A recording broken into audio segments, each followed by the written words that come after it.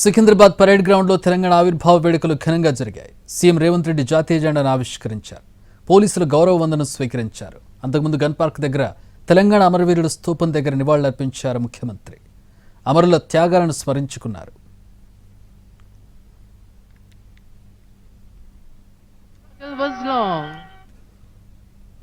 విధంగా మిత్రులారా, రాష్ట్రానికి రైతే వెన్నెముక.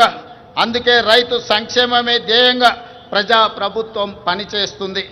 ఇచ్చిన మాట ప్రకారం ఏకకాలంలో 2 లక్షల రైతు రుణమాఫీ చేసి రైతులను రుణ విముక్తులను చేశాం.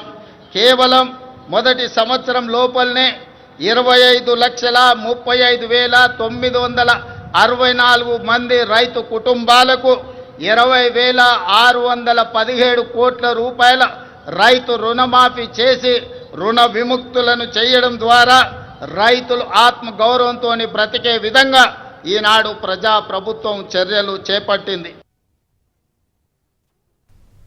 తెలంగాణ రైజింగ్ నినాదంతో ముందుకు వెళుతున్నామన్నారు సీఎం రేవంత్ రెడ్డి. దేశంలోనే తెలంగాణను నెంబర్ 1గా నిలుపుతామని చెప్పారు.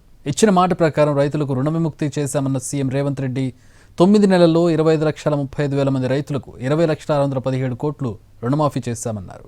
అలాగే భూమి లేని వ్యవసాయ రైతు కూలీల కుటుంబానికి ఏడాదికి 12,000 ఇస్తున్నామని చెప్పారు.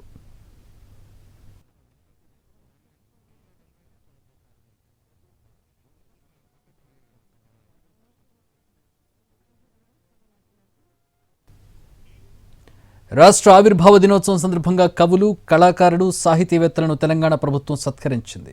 9 మందికి ₹1 కోటి నగదు అందజేసింది.